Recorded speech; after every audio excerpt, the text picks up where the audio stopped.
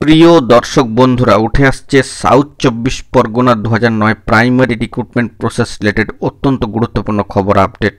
বন্ধুরা, আমরা সকলেই জানি যে সর্বোচ্চ ন্যায়ালয় সুপ্রিম কোর্টে গুরুত্বপূর্ণ এসএলপি রয়েছে এবং টেন্টেটিভলি কম্পিউটার জেনারেটেড যে শিডিউল ডেডলাইন রয়েছে সেটি হচ্ছে 8/4, অর্থাৎ আগামী মাসের এপ্রিল মাসের 8 তারিখে।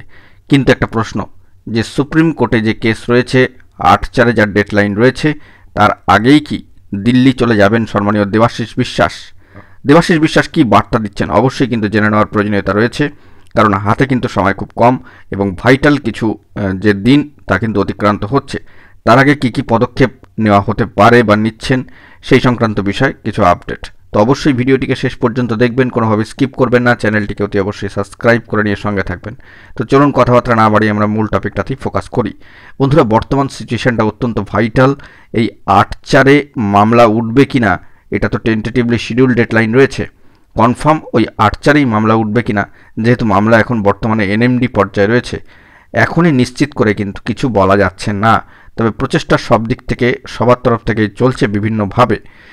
সাউথ 24 পরগনা প্রাথমিকে 2009 রিক্রুটমেন্ট প্রসেসের সাথে সম্পর্কিত যারা বৈধ পিটিশনার, যারা মামলা দাখিল করেছেন কাট অফ ডেটের মধ্যে, প্রার্থীরা কিন্তু গুরুত্বপূর্ণ নিজেদের পদক্ষেপ গ্রহণ করছেন নিজ নিজ দিক থেকে। অবশ্যই সেই বিষয়টিকে ধন্যবাদ কুর্নিশ কিন্তু জানাতেই হচ্ছে। কিন্তু 8/4 এই ডেডলাইনের আগেই দিল্লিকে পৌঁছাবেন সম্মানীয় দেবাশিস বিশ্বাস, এই বিষয়ে এখনও পর্যন্ত কিন্তু কোনো বার্তা উঠে আসেনি।